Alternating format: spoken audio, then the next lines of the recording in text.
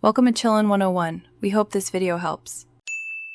You need a clean workspace and the original Lightning or USB-C cable. Disconnect accessories.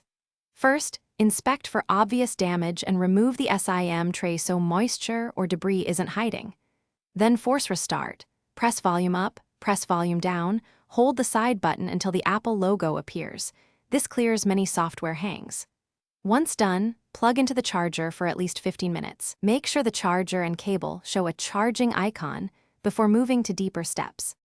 If the phone still won't boot, rule out power by swapping cable, adapter, and wall outlet.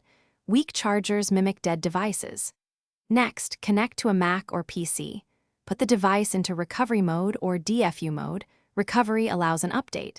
DFU lets you reinstall firmware completely. Make sure Finder or iTunes recognizes the iPhone. Choose Update first because it preserves data, and only choose Restore if update fails. These steps diagnose whether it's software corruption. For final checks, examine the Lightning/USB-C port under good light.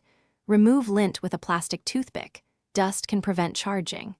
If software recovery failed and you suspect component failure, contact Apple support or visit an authorized service provider. Make an appointment and bring proof of purchase. If out of warranty, a repair shop can test the battery and logic board. If they advise a battery replacement, try that first, because batteries are a common cause. Alternatively, request a hardware diagnostic before any major repair. Thanks for watching. Consider subscribing if we helped you.